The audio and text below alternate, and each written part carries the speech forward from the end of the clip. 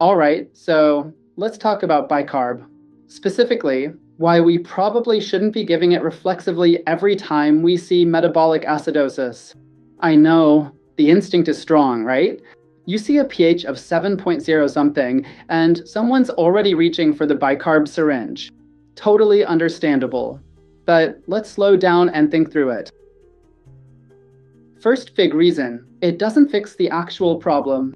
Bicarb is kind of like a cosmetic fix. It might raise the pH number temporarily, sure, but it doesn't touch the underlying cause. Think of a patient in diabetic ketoacidosis, or someone septic, or in renal failure. The body's drowning in acid because of a bigger problem.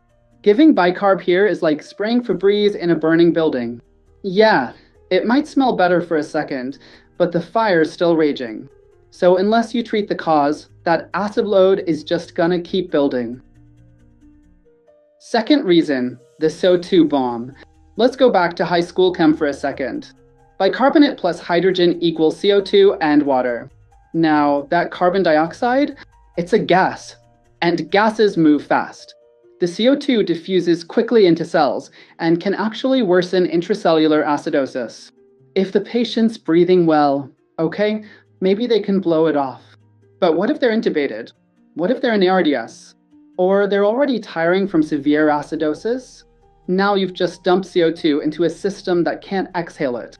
And that CO2, it stacks up, drops the pH even more, and now we've got a respiratory acidosis on top of the metabolic one we started with.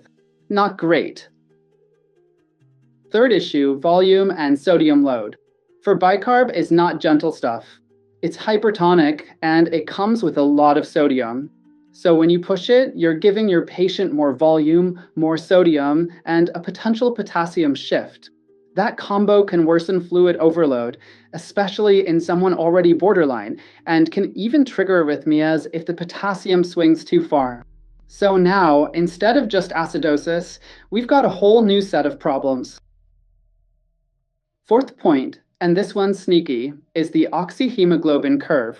When you raise the pH too fast with bicarb, hemoglobin starts holding onto oxygen more tightly. This is called a leftward shift on the curve. So even if the numbers on the blood gas look better, you've actually made it harder for oxygen to reach the tissues. You've corrected the labs, but made tissue hypoxia worse. It's like a win on paper and a loss in the real world. So what's the bottom line here? It's not that bicarb is never useful. It can absolutely help in select cases, like severe acidosis with hemodynamic instability, or toxin-induced acidosis, or hyperkalemia. But the key message is, don't make it a reflex. Stop. Ask why the pH is low. Figure out the real cause and treat that. Because unless you're addressing the fire, bicarb is just air freshener. That's it from me, curious to hear your thoughts.